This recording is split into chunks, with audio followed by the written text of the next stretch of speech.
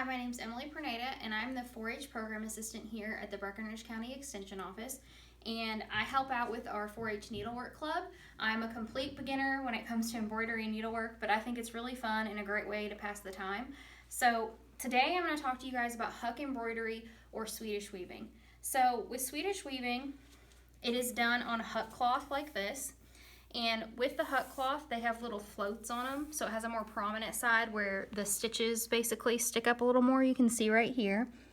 Those white pieces right there are called floats. And with Swedish weaving, you weave the embroidery floss in and out of those floats. And that's how you get these really pretty designs. Miss Carolyn French, one of our homemakers in the county, created this sampler for our FCS agent, and our FCS agent, Miss Lynette, let us borrow it. So with huck embroidery, Swedish weaving, it is usually done on like kitchen towels, like huck towels like this that are finished.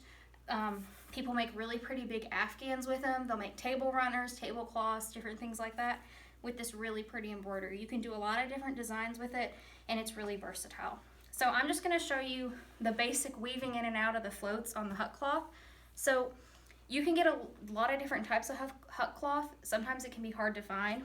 Like when we were doing our projects with the 4-H Needlework Club, I couldn't find the ones that are finished like this. You can kind of see how the edges are really, really nice. This is just a nice little hucked kitchen towel.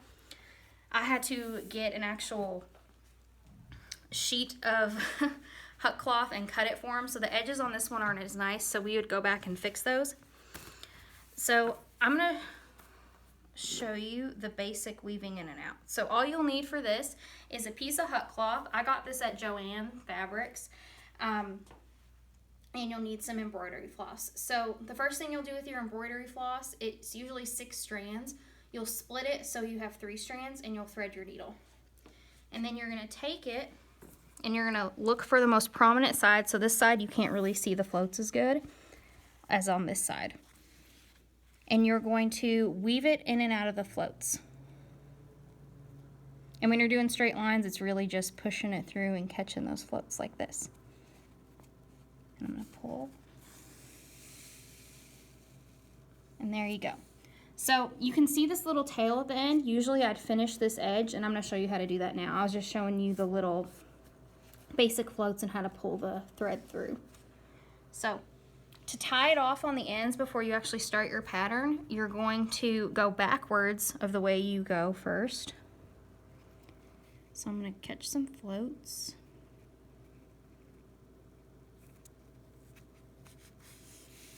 Pull my thread through.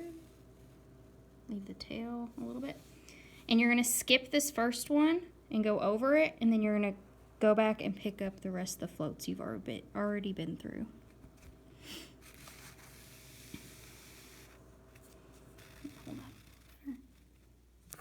And now it's locked in and it won't pull as easy when you wash it and everything. And then you keep going on with your floats and you can do your straight line.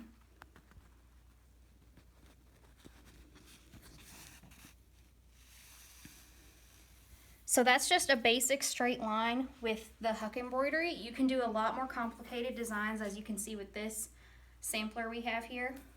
You have to count and you go through and you look for the floats, and it's a lot of fun and it's kind of relaxing. Surprisingly enough, it looks kind of complicated, but I think it's very relaxing. So with our 4-H Needlework Club, we have completed different Swedish weaving projects that have went on to the state fair. And you can look up the project guide on the University of Kentucky 4-H website, and it has all the requirements. It gives you the exact sizes, because with the huck embroidery, you have to have a certain length and a certain inch width, and that's all here in this book. So I hope you guys had fun learning about huck embroidery, and maybe give it a try.